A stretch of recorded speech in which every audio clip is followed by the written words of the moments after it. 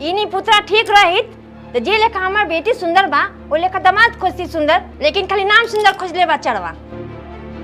देखत नु बरा एकर रंग ढंग, एकर बेटी भागल बा तनको एकरा चिंता फिक्र बा। चश्मा लगले बरन कड़िया आँख का। जाए दे बेटा जाए दे, इस साला मनी मेरा जो लकुड़ात बा।